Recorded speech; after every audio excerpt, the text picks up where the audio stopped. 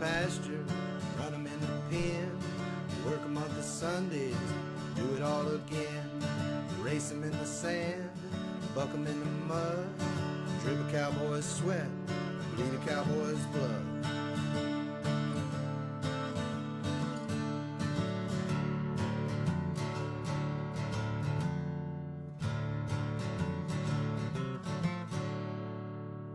I'm Zeke Thurston, 2016 World Champion Saddlebrock Rider, and you're watching the Pepperidge Stewart Show.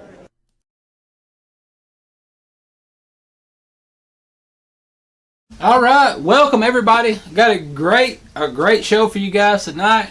We're doing a little different. We're back in remote. We're back in the downtown Dallas. What's going on? Man, we've had an action-packed adventure. I'm just going to put it like that. It's been an adventure. The PBR Global Cup happened. We're going to run some highlights for that. Check that out.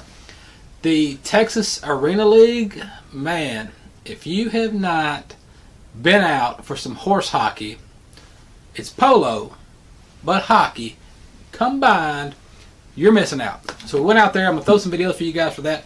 Went out, checked that out. It was a great time, They welcomed us in. And man, it was a good time, So we'll get to that. Got some great odd news for you. Odd news. Everybody loves the odd news. We've got it for you. Some good stuff. Beef. I don't know what to tell you, man. Beef. You know what happens. Beef happens. We're going to talk about some beef news. Beef news or not news. Up to you. Depends on how you want to take it. We got that for you. PRCA, Pro Rodeo. What's going on in PRCA? Got some highlight stuff for you. We're going to talk about that. And presidential races. Everybody's racing. Not running races, but racing.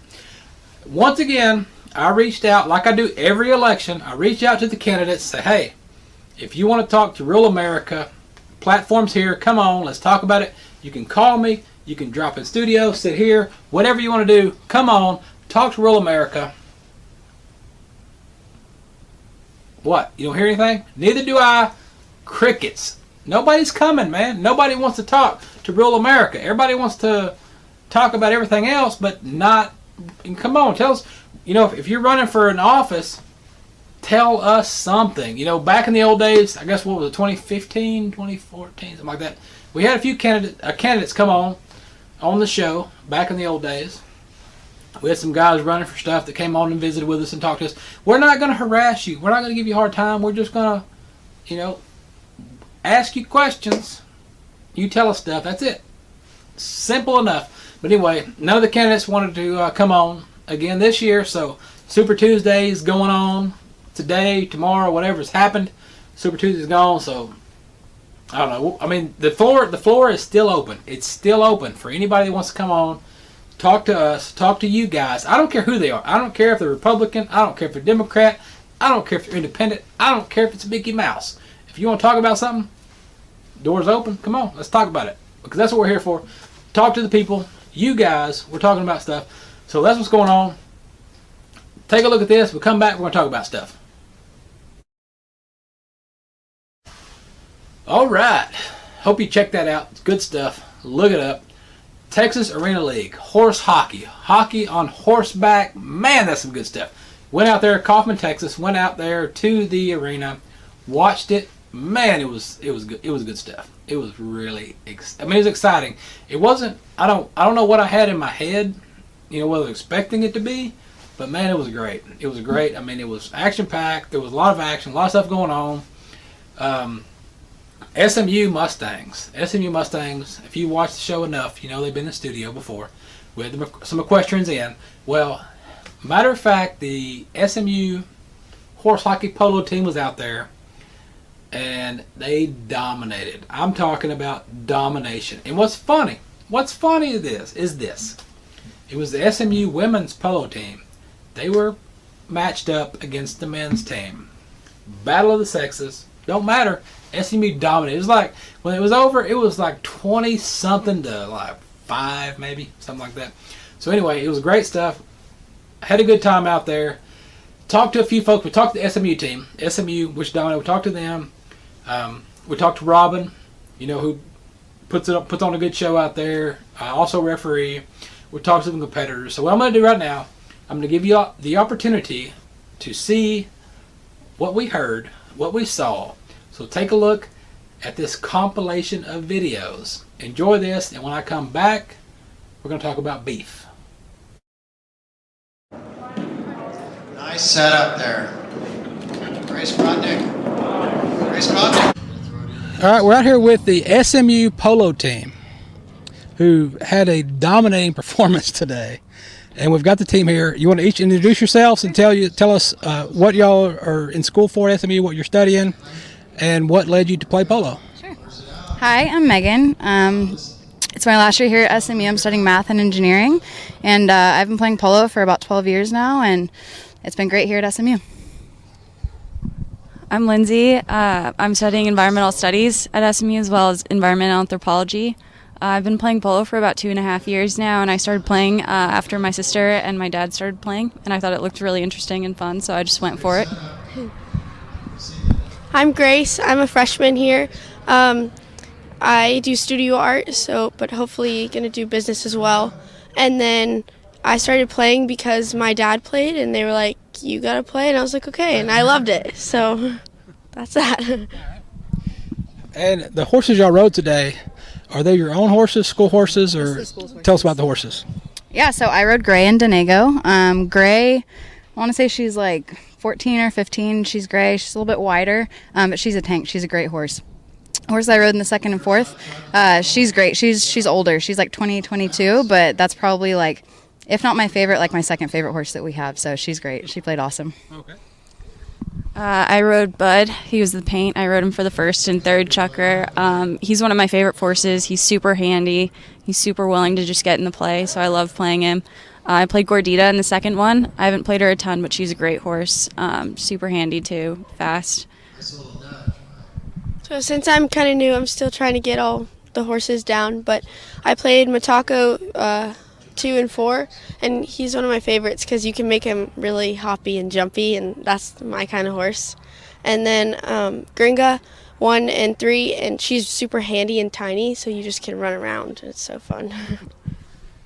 All right. Now, did y'all ever play any other equine sports? Did you ever do any rodeo or hunter jump or anything like that other than just polo? Yeah, so I jumped. I did the hunters for maybe like 6 or 7 years. I didn't show super far away, but I did show in Katy and like that. I never did the jumpers. I pretty much just stayed to that. But I jumped up until about a year ago, so I've been jumping pretty much my whole life. Okay. Yeah, I did hunters for like a year, and it was just really not in my personality. I'm more of a team sport kind of person, so I switched to polo pretty quickly. I've only done polo. My dad just taught me how to ride, how to stay on any type of horse. Like, it's not the prettiest all the time, but I have barrel raced before, and if I didn't do polo, I'd probably be barrel racing.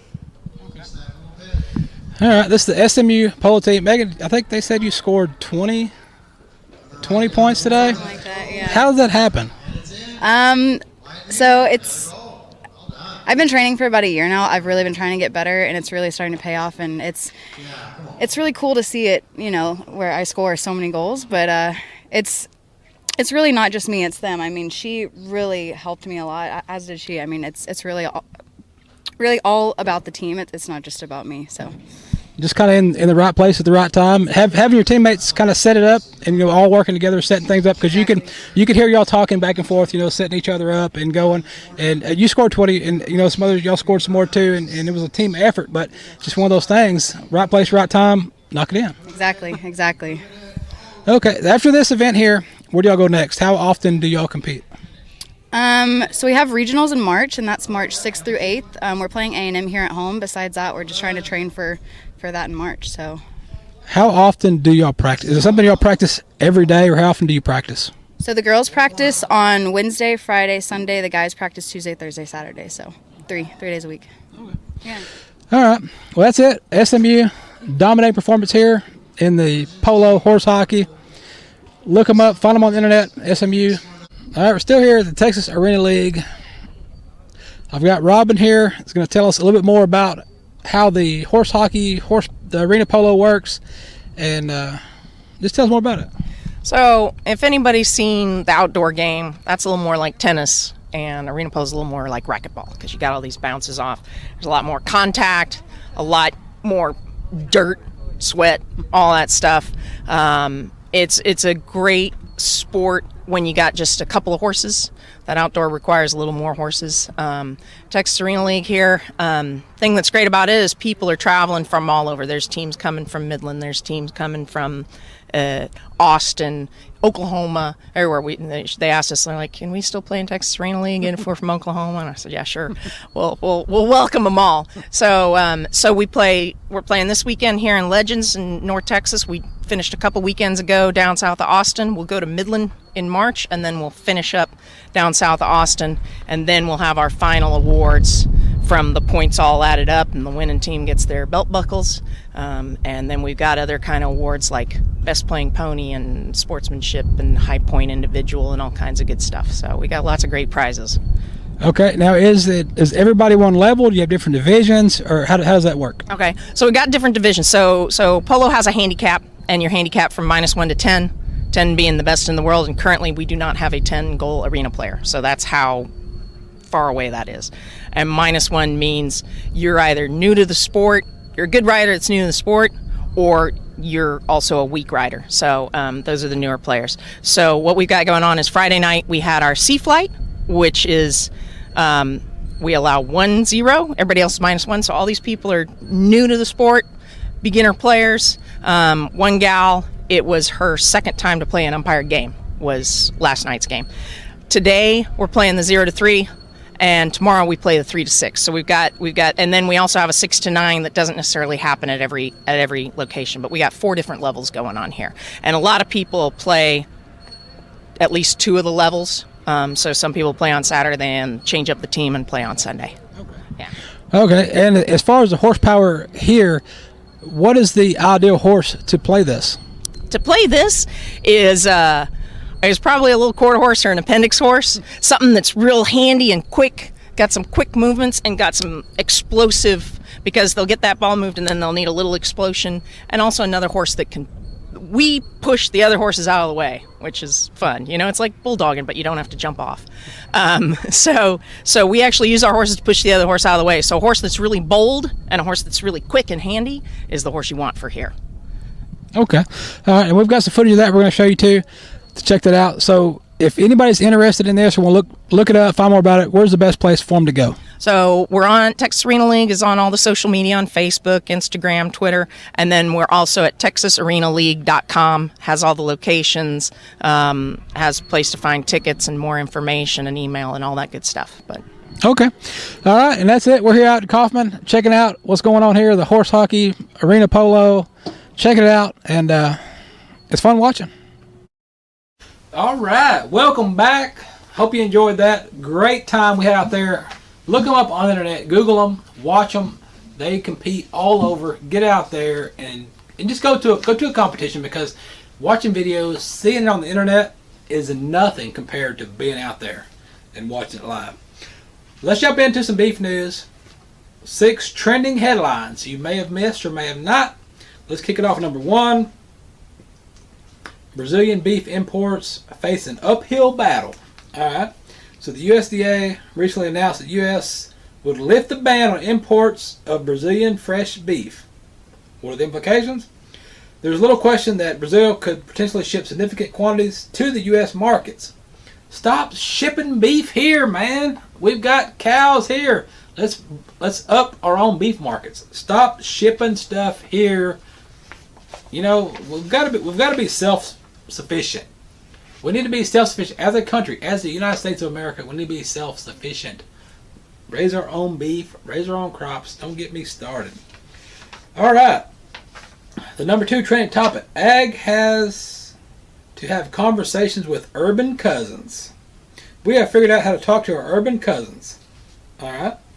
Why is that? Because they don't save, man. People in town don't understand what goes on in real life. I had a discussion with that today with some folks, man. Third trending topic in the ag news: corn crop expected to set a record in 2020. That would produce a record corn crop combined with the carryover in 2019, resulting in all-time high on corn supply. That's good for farmers. Number 4, how to control losses, diseases from entering your herd. Man, you don't want that to happen. You don't want any disease to enter your herd at all. So, you want to cut down on that. Vaccination. Vaccination is key. Keep your cows vaccinated. You don't want anything sneaking up in your herd. What else we got? Animal welfare starts with animal handlers. Well, of course it does. You know, the way you take care of your cows is all about your cows. You want to take care of your cows. Recently, San Antonio, Texas. What is going on in San Antonio? This is what's going on. Rabid cows. What?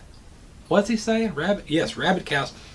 The Texas Department of State Health and Services is notifying people who visited the cattle barns in San Antonio stock show and rodeo from between February the 11th and February 14th. They may need to be assessed for possible rabies exposure. Are you rabid? A cow in the cattle barn developed rabies, which was capable of spreading the virus that caused during those dates. The solid black cow was being shown by a student from Miller Grove ISD in Hopkins County. That's up close to me. Sulphur Springs. Right down the road. Public health officials have been in contact with the people who were caring for the cow and the animals in nearby stalls and risk assessment. Rabies is spread through saliva of infected animals. So don't be kissing your cow. Don't be kissing on that cow's mouth now. No cow kissing, right? You'll be alright.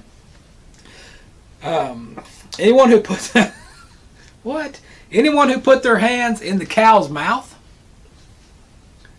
an open wound, mucous membranes like an eye, nose, or mouth should be evaluated for rabies exposure. What? What are you doing with your cow, man? So anyway, Bexar County down there in San Antonio's looking into it. If you were down there between the 11th and 14th when the cow was down there, check your herd, check your cows. Make sure you're not rabid, all right? Make sure. Let's jump on Corona. Everybody's talking about the coronavirus. Now, I understand that the media has blown it out of proportion because that's what the media does. They blow stuff out of proportion because the economy right now, I don't care who your president is, who you like, who you don't. I don't care. What I'm talking about is facts. Facts is this. Right now, the economy is strong. It's doing really well. The economy is doing great. It's doing the best it's done in a while. It's doing fairly well. But the media don't like that, man. I don't know why. The media hates America for some reason. So anyway, they've blown up this coronavirus and made it a big deal. You know, we've got corona vaccines in the barn. Different strand, but hey, you know what? If it gets bad, shoot yourself, be done with it. But anyway, China's demand for beef has weakened under the coronavirus. Let's see what Greg has to say in this article he wrote. China's beef imports increased 60% last year as the country sought to replace its protein supplies emaciated by African swine fever. China could become the world's largest beef importer and has... Okay, here's the deal. We've been talking about this China beef deal, and China's going to buy all this beef from us and do all this stuff, and it hasn't happened like they promised it would, which that's why you got to pay close attention to politics. I mean, headlines, that's one thing, but you got to look into the meat of the story. So anyway, the 5 nations shipping the most beef to China last year were Brazil, Australia, Hungary, New Zealand, and Argentina. I don't see US of A on there anywhere. Even though they claimed all these China beef deals, where they at? Why is US of A not in the top 5? So, anyway, with the coronavirus going on, it's kind of depleted. A report last week that China's beef imports would be slowed by the coronavirus. It's already slowed. It's slowed enough already. So, beef, I don't know. You know, you got to pay close attention because these politicians will tell you, they'll tell you stuff. They tell you what you want to hear. But it's great headlines. You know, when the politicians come out and say, hey, we're going to do this. We got to deal with this. We got to deal with that. This is coming, that's coming, this, whatever. The headlines are great. The headlines make for good news stories. But does anybody ever go back and check with the follow-through? Nope. Because we've had deals with China for the last couple of years, all these trade deals and this, that, and the other. But have you been to the sale barn? Have you sold cows? Have you bought cows? Think about that. It's barely coming up. The cattle prices barely coming up here in North Texas, Oklahoma area, but it's not where it needs to be. So, if you want to know what cow prices are doing, pepperstewart.com, click on Livestock Market Reports. I've got them there for you. They're all right there. Just click on through them. Check them out. I've also got a lot of information. If you've never been to pepperstewart.com, I have a lot of information for you guys. There is top news feeds in ranching, in rodeo. If you want to buy stuff, there's stuff to buy. You want to buy t-shirts, whatever. If you're looking for a sponsor of the show and want to know who supports the show, you can click on the links and see who all supports the show and keeps it free for you guys to watch it. It's all there. So go there, look around, check it out. While you're there, buy a t-shirt. And what I'm going to do, I'm going to take a break. And when I come back, we're going to talk about rodeo. PRCA, Global Cup, we're talking about it. All right, yeah, check that stuff out. That's some good stuff for you. You want to check those people out. Bull riding, Texas, North Texas, right here. The Global Cup, PBR Global Cup. If you have never been to a PBR event, you need to go. If you've never been to the Global Cup, you are missing out because it is action-packed, non-stop, on like Donkey Kong bull riding action. This year, Team USA took it to the house like no other, man. It was close. You know, after day one ended, USA was not on top. After the first night, it's like, oh man, come on, don't do this again. Last year you did this. You didn't follow through. Brazil knocked it out of the park. I had to eat my words, okay? I'm the guy that said Team Brazil was going to do it again. All right, that was me, this guy. I said that. But Team USA pulled it out. Team USA dominated, got it done. Day two, knocked it out of the park. It's probably my fault. Or not my fault, or could you be congratulating me for pushing Team USA to number one? Maybe it was me talking about how Team Brazil was going to get it done. Who knows? You know, a lot of you guys watch the show. A lot of the guys that compete, they watch the show. A lot of folks watch the show because they always wonder what I'm going to say because nobody knows what I'm going to say. I don't even know what I'm going to say. I don't know what I'm going to say till I say it. And then you know what I said. And by then it's too late because it's already been said. So anyway, Team USA got it done. Looked great. It was a good showing, man. They really knocked it out of the park. I wish Boudreaux Campbell would have had a better Global Cup, man, because he was a good kid and I'd like to see him do a little bit better than he did. But, you know, Cole Melanson, which I said his name wrong. If you watched the broadcast when I was doing the telecast for the Mesquite Rodeo last year whenever it was, when that was a cluster, I said his name wrong so many times. But I tell you what, people know his name now. Oh yeah, they know who he is. So anyway, check out this clip, this little highlight clip that Bar MC Media, which is, you know, with us, does a lot of stuff with, you know, Pepper Stewart Show. They've been with the show for a few years now, and you know, came in, worked with us. They're great folks. Megan and Brandon, they do a great job. They do a really good job every time they go cover an event. They covered the Global Cup again this year. They covered it last year. Covered again this year. They're covering the American too, which is fixing to happen. Depending on when you're watching this, it may have happened before or after. It's up to you. But anyway, Bar MC Media, Facebook, check them out. Instagram, they do a lot of good videos, compilation things. They're great folks to work with. If you ever need some stuff done, they can hook you up. So anyway, take a look at this highlight clip from Team USA, and when we come back, we're going to talk about PRCA.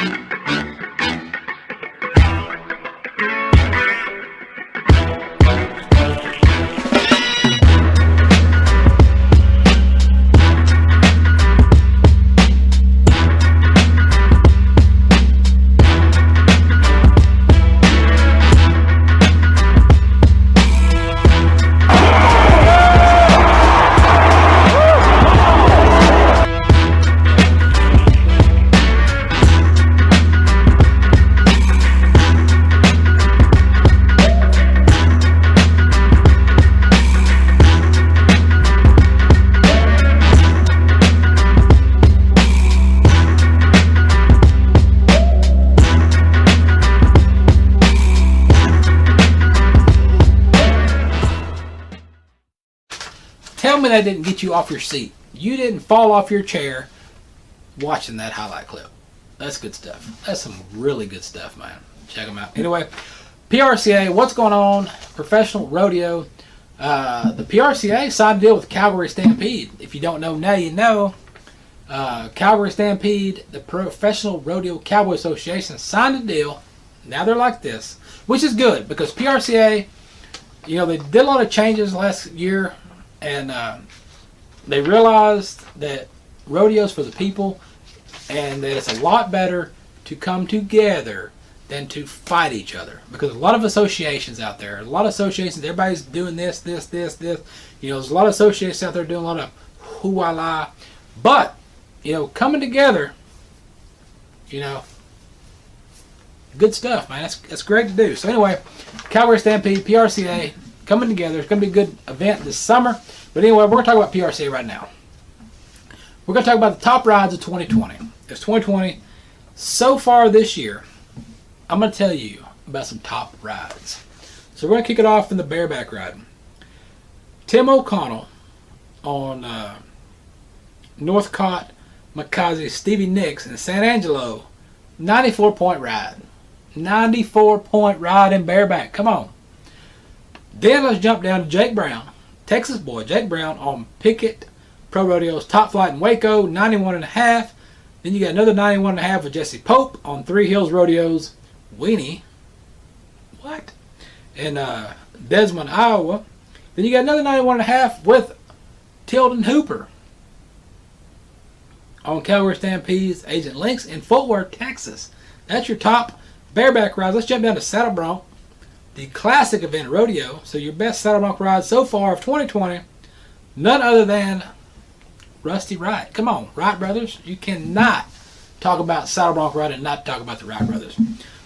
Rusty Wright on Survey Brothers Ricky Bobby back in Denver, 91 points. Then you got Brody Kress on Survey Rodeo's Avenger in Denver for 91. Then you got Ben Anderson on C5's Rodeo Trump Card in Denver for another 91. And then you got Dawson Hay on Calgary Stampede's Xena Warrior in Fort Worth, Texas for what? 91. 91 is kind of a number to go to, I guess, there to Saddle Bronc riding because they all got 91 points. But hey, 90 or nothing, right? Who tells you that? Dale did. Let's go to bull riding. Bull riding. Let's see what's going on here. Brody Erie on Stay Smith's Pro Rodeo Bet on Black in Jackson, Mississippi got a 92-point ride. Laramie Mosley on Stay Smith's Pro Rodeo Bet on Black in Nacogdoches got a 91.5. And then you got 6 bull riders with 91 points. Let's do a little steer wrestling. How about some steer wrestling? We'll get your fast steer wrestling. You got Jesse Brown in Denver, turned into 3.1. Clayton Haas in San Antonio with 3.2. And you got a bunch of 3.3s. Let's sling some twine and do some team roping. I need to talk to you guys about team roping here in a minute because I need to talk to you guys. Fastest team roping. Dustin Bird and Levi Tran in San Antonio busted out with a 3.5. Another 3.5 with Jackson Tucker and Jake Clay in San Angelo. Then a 3.6 with Dustin Esquisa and Travis Gray in San Antonio. And 3.6 with Casper Roy and Levi Simpson in Saskatchewan. Way up there in Canada. Let's go to tie-down roping. Tie-down roping. Calf rope tie-down. Riley Pruitt in Waco threw out a 6.7. Shad Mayfield in Denver with a 6.9. Timber Moore in San Antonio with a 6.9. Then Shad Mayfield one more time in San Antonio with a 6.9. The fastest steer roping. Wait, what? Can we say that? Can I say steer roping? Am I allowed to say steer roping? Can I say that? I did. Steer roping, the fastest steer roping. You got Thomas Smith in Waco with an 8.6. Tuff Cooper in Mulvane, Kansas with an 8.7. And Jess Tierney in Mulvane, Kansas with an 8.8 in the steer roping. Since it's PRCA, there is no breakaway or barrel racing. So, team ropers, question. All right, here's the deal. This shoulder here is my left hand. Left. All right. This shoulder's shot. So if you've ever watched me healing left-handed, you're like, what's up with this loop? It looks weird as... So everybody's wondering what's up with that. So here's my deal. I'm considering this, guys, right-handed. I'm considering training my hand, the right one, to rope right-handed, because I'm not going to work on this one. Surgery, I'm not doing that. Sorry, not going to do it. I don't care that much. Okay, it's just some fun stuff to go out and do and have a good time and sling some twine and rope some steers. I'm not going to the NFR. I have no plans to go to the NFR and be a world champ. Sorry, that ship is sailed. I'm too old to start off on that mess. So anyway, this shoulder shot, left hand's done. Right hand, we're going to. I'm thinking about it. So shoot some emails, shoot some messages. What do you guys think? I've always been told, since I'm left-handed, I'm a dominant left. Southpaw, the main reason why my shoulder's all jacked up, southpaw. Baseball, I was a bad cat. Kenny Powers ain't got nothing on me. So anyway, although we do look alike. But anyway, so I tore that shoulder up big time. Back in my day, there was no pitch count. There was no pitch count, none of that mess. You pitched the whole game, and that was it. So anyway, this shoulder's shot. This shoulder's not. So I'm considering training myself to sling some twine right-handed. I don't know. I don't know. I did sign up. WCRA. I'm a member of WCRA. I did sign up for that, to sling some twine. So, I don't know. You guys tell me, what should I do? I don't know. What I'm going to do right now, I'm going to take a break. I'm going to throw out a few more sponsors of the show. Check them out. Look them up. When we come back, we're going to have everybody's favorite. Everybody's favorite is the odd news. And man, have we got some stories for you.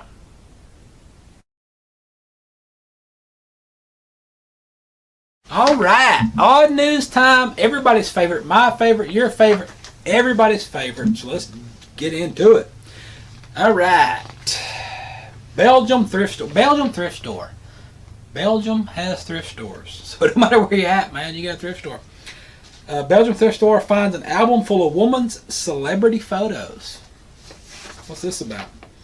A thrift store in Belgium launched a social media search to find the rightful owner of an unusual donated item. An album full of photos showing a mysterious woman posing with celebrities. The employees said they were going through boxes of donated items and they discovered a photo album filled with pictures of a woman posing with celebrities, including, not me, why are you looking at it like that? Keanu Reeves, Elijah Wood, Angelina Jolie, Tom Cruise, William Shatner, Johnny Depp, Drew Barrymore, and Bruce Willis. I just want to say right now, that's a heck of a list of photos to have. That's some good folks right there. I don't know who this lady is, but she did good, because that's some good folks to meet. Because it's all, there's always people you see on TV that you want to meet, and you're like, man, I'd like to meet them people. But I will tell you this: when it comes to celebritons, 90% are not as advertised. I met a lot of folks over the years, whether I was on a set, doing some acting at a TV show or in an event or whatever. Some folks, all right, some folks are like, man, I wish I'd never met that person. And that's happened to me before. Because I was like, in my head, the idea I had of that person, and then when I met them in person, I was just like, man, what an a-hole. But anyway, store managers said they would normally destroy any personal photos found inside donated boxes, but the pictures appeared to be meaningful and decided to try to identify the woman using social media. The store's post eventually led to a woman in the photo being identified as Maria Logner, a former member of the Hollywood Foreign Press Association who died in 2016 at the age of 87.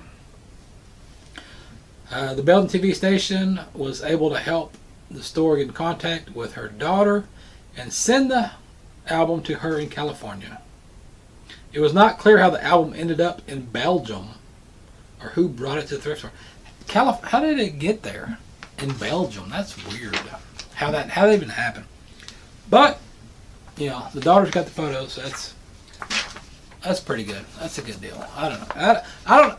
Are you big on taking photos with people? Because I don't know. I don't want to say I'm anti-photo, but for me, it just seems weird. Just be like, hey man, take a photo with me.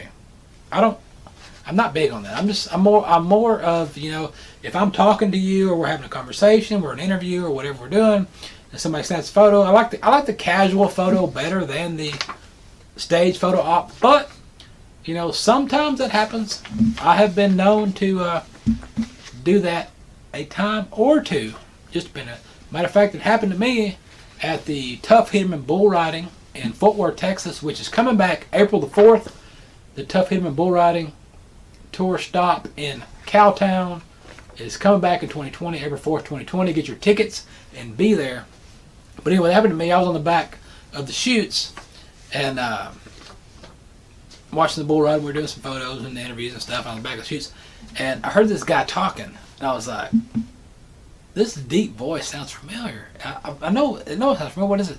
I turn around and Trace Atkins is standing right behind me. He's like 7 foot tall, but he's standing right behind me. I'm like, oh, that's Trace Atkins. I'm like, hey, how's it going? You like bull riding? He would say, hey, you like the bull riding? He's like, oh man, I love bull riding. I like watching. I like cowboy stuff. I like this stuff. I was like, hey, you know, man, why don't you come on the show sometime? Come hang out with us. We'll talk about stuff, whatever. And he's like, oh, you want to take a picture? I was like, I guess.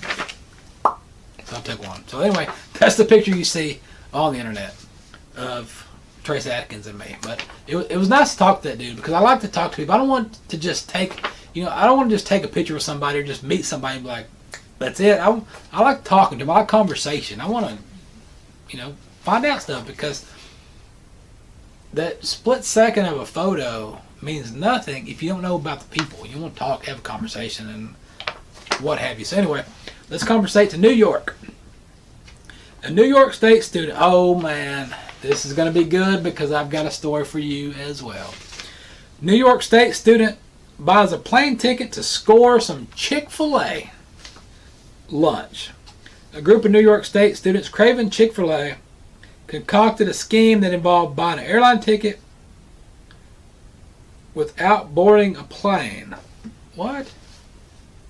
Vicente almost says Perito, a senior in Troy, said his cross-country track and field teammates had a week off for competition and decided they wanted some Chick-fil-A.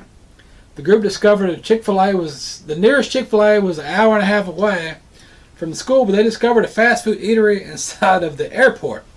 So the team members each chipped in $5.50, 550, to buy a $98 one-way airline ticket to Fort Lauderdale, Florida, which is the cheapest ticket they could find that departs from Albany, New York. He used the ticket to get through airport security and get the Chick-fil-A, where he ordered $227 worth of food, 15 sandwiches, 15 large fries, 13 orders of 12-piece nuggets, a bag of cookies, and a lemonade. And then he left the airport. And gave it. You got too much money. I'm sorry. You got too much money in your hands if you're throwing down, which I guess is only $5 a piece. So if these guys threw down $5 a piece, $6 a piece, plus another, what, $8, you're in the airport, so probably $10. So under $20. Let's figure this.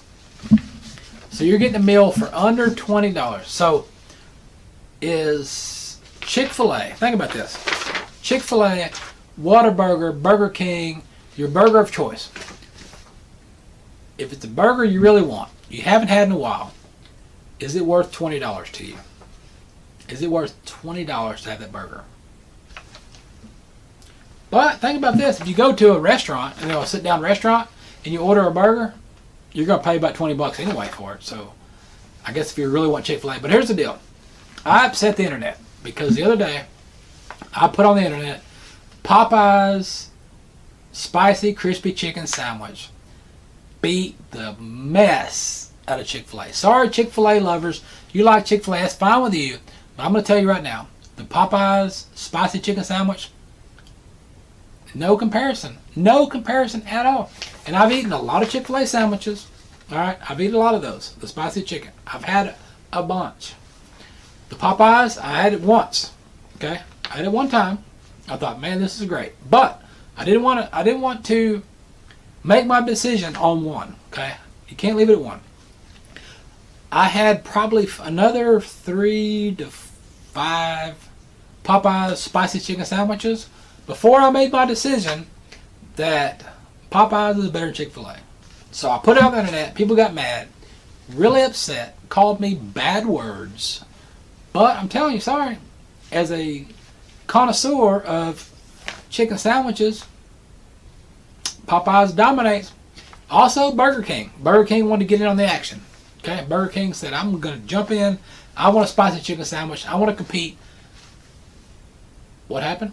I went to Burger King today. This day right now, before filming this episode, I was at Burger King eating a spicy chicken sandwich. And I'm going to tell you right now, it was really good. But the bun that Burger King had on that spicy chicken sandwich, man, that was good. So it's a toss-up. If I could take the spicy chicken sandwich from Popeyes, put it on the bun from Burger King, that would be great. Sorry, Chick-fil-A. I'm sorry, Chick-fil-A. Your little chicken sandwich and that little bitty old pickle, not doing it for me. It's not doing it. I will tell you this. I think the reason why Popeyes spicy chicken sandwich is so good is because, to me, it tastes like it's cooked. You know, where they fry chicken, where they're deep frying chicken, it's like it's cooked in the deep fryer with all of the chicken. So it's got that deep fried chicken taste to it. So that's why it tastes good to me. Anyway, let's move on. Let's get back to some more odd news. I'm rambling too much. Message in a bottle. Man, I like these stories. I like these stories about messages in a bottle. For me, I don't know why, but I like them. A resident of the English Channel Island, Jersey. What is that? That's like a that's a long word. Said the author of an 82-year-old message in a bottle has been identified, and the note will be passed along to the man's daughter. Nigel Hill found the message in a bottle on the beach early in February and started searching for the family of the note's author, John Stapleford, who dated the note to September of 1938. Included an England address where the current resident did not have contact information for the previous resident. The note was originally thought to have been written by John Jack Stapleford, who was born in 1890 and died in 1980. But Hill said he has since heard from a woman who identified the author of the note as her father, Jack Stapleford's son, who was also named John. He died in 94. He would have been 14 years old at the time of the note. We don't know that his daughter picked the story from national media or verified his handwriting, blah, blah, blah. She also mentioned that John had a full and long career at sea, serving as a merchant navy. Passed away in 94. I'll post the bottle and the note to John's daughter next week. The story will live on for generations and make a great family heirloom. I like those. For some reason, I always enjoy the stories about those messages in the bottle because it's like a time capsule. You got to think. We're running a lot of those things where they've thrown them off from different coastlines, and to think that a message you wrote in a bottle, you stuck it in a bottle, you threw it out in the ocean, and it appears. We've had some that were 20 years old, 30 years old, up to these here that are, really old. But I don't know, because my thing is, I think, how many of those bottles, how many messages in the bottles were thrown out to the ocean? To how many actually make it to somebody that finds it? And then another thing is, of all the people that find them, how many go public with it? Or do they just see an old bottle and it's like, oh, it's an old bottle, chunk in the trash? I don't know. But I enjoy those stories. I like, the history stuff is great, especially in England. I like England. I've been there a few times, been to England a few times, been to Ireland a few times, and I like it. I really enjoy England. I really enjoy Ireland's food better than England, but I like England and Ireland. England's great. I like them both, so I can't complain. Maybe I'll move there. Maybe not. You can't do that, by the way, if you're wondering about that. You can't just. It's not like if you're in South America and you just sneak across the border, and you're in America and you just stay there. It's not like that over there. It's a whole different deal. You want to go to work over there? They have to. I don't want to get into that, but anyway, it's a whole different deal going to another country when it's like that. That's another thing. For you folks that's never been anywhere, never experienced another country, expand your horizons and go to another country. Especially right now while the coronavirus is going on. That's been blown out of proportion. It's nothing more than a new strain of the flu. So think of it like that, you'll be fine. Iowa business breaks the Guinness Book of World Records with 113 spray tans in an hour. Why do you even get? What does this story have to do with? Why is this story even pertinent? I don't know. These freaking stories that I get. A tanning business in Iowa said to break a Guinness World Record when employees spray tanned 113 people in less than an hour. All right. They gathered at the Stony Creek Hotel and Conference Center in Sioux City, received a free spray tan from Katie. Aimed to dish out 110 spray tans to break the record of 107. Means a lot. I don't care about spray tans. I'm in Texas. You go outside. You get a tan from the sun, not spraying anything. Come on. Let's see what's going on with this. Let's go here with the. I think the alligator is good. Let's do an alligator story. Police in Iowa shared photos from an unusual situation removing an illegal pet alligator from a home. The Madison Township Police received a call Thursday about an alligator being illegally kept in the basement of a home. Officers arrived at the location, confirmed the presence of an American alligator in the basement. They contacted the Ohio Department of Agriculture, which confirmed the residents did not have a permit to keep the exotic animal. So apparently if you're in Ohio and you want an alligator, keep a permit. You need to keep it, get a permit. The alligator, which the police say was 25 years old, is now bound for an animal sanctuary in Myrtle Beach, South Carolina. An alligator in your basement, 25. What does that even smell like? How great does your house smell if you got an alligator in your basement? I don't even want to know. Let's see what this is. What do you got here? Okay. Police in Oregon responded to an adult group home. An adult group home? Like an adult? I guess like an adult's home. Adult group. Alright. An adult group home where a goat had come inside and acted in a threatening manner, causing residents to barricade themselves inside a room. An attack goat. Yes. Great story. Charles Roberts, a resident of the group home in northeast Portland, said he spotted the goat wandering around nearby a busy street and guided the animal out of the roadway. So I guess the goat was in the road. It started out as a pleasant encounter, but the goat followed him inside the group home and started headbutting residents.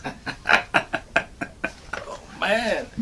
Could you imagine if you're in the group home, which is it's probably an adult elderly establishment, and you're just like sitting in there watching TV, and you're just you took your meds, you already had your meds, and you're like, is that a goat? Is that a goat?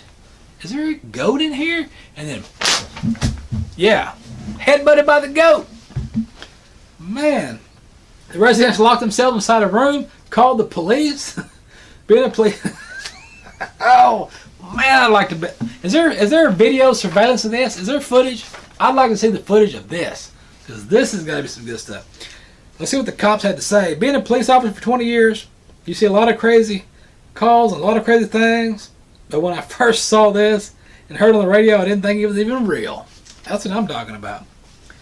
We thought somebody was a little bit intoxicated. Maybe had a little too much cerveza. A little too much Corona. Can't have Corona while they're alive. They were able to capture the goat with a leash and walk it to a nearby farm, which agreed to keep an eye on it until its owner could be found.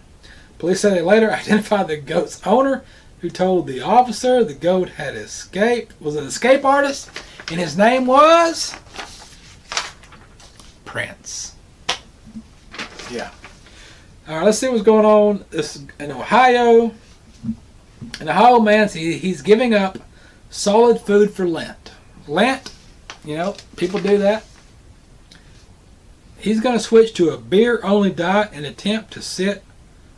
He wants to set another world record. Everybody wants to be in the Guinness Book of World Records, man. Did anybody read books anymore? I mean, I know back in the old days, back in my time, you know, when you was a kid, you like to go to the library and get the Guinness Book of World Records and just like flip through it because you always be like, is there a record for blah, blah, blah? And then you're like, wow, there is.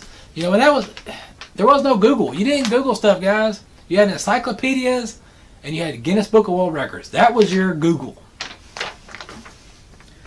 Dale Hall made headlines 2019 when he lost 44 pounds in 46 days on his beer-only diet. He said he's planning to extend his fast to 50 days this year to set a world record for a beer diet. Oh, I see why. He's the sales director for a unknown name. I'm not giving the name out because I'm not giving out that advertisement. Sorry, guys. But he's the sales director for a brewing company. And he decided to extend the beer diet after hearing about another man who completed a beer-only diet for Lent.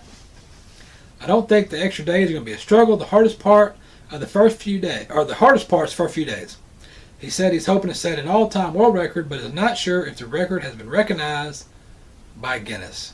So he doesn't even know if there's a record in Guinness, but if there is, he's going to set it. So, that's odd news for you. I hope you enjoy the odd news, as we always do. Coronavirus, blown out of proportion. Don't be afraid. You'll be fine. Just wash your hands. Just do normal stuff that you're supposed to be doing, but do it anyway, like washing your hands. Don't go out in public and then touch your face and, you know, do like this, because whatever you touch, doorknobs, money, whatever you're touching, you know, it's dirty. Don't do it.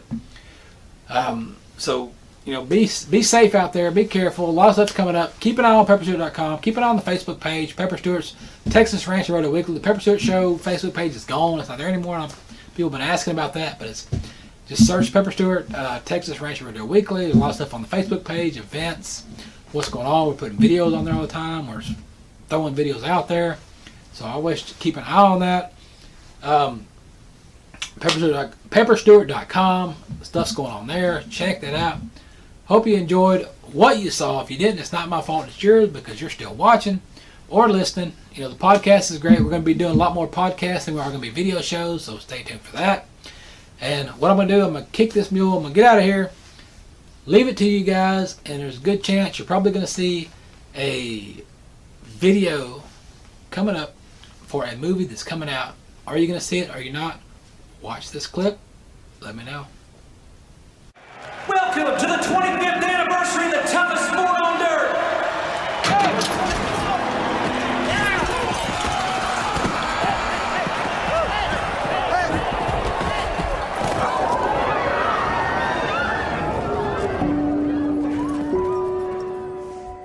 Well, the report said that you blacked out.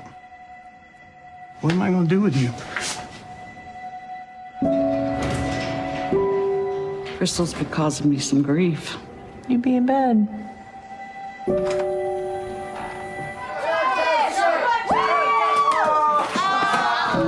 Well, you ain't doing your job, miss. I'm doing my best. Please. Her mom is in jail. I'm sorry for what she did. Is there any way we can work this out?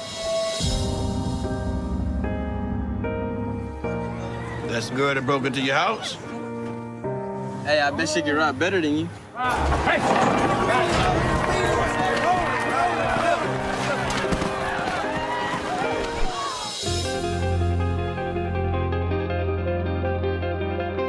She wants to be a bull rider now. A bull rider, huh?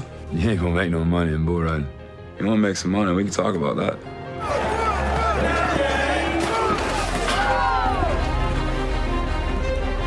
You see that bull? You think he's just going crazy, right? Wants to kill someone. His mind is going crazy with anger. But when he gets close to you, he closes his eyes he can't see.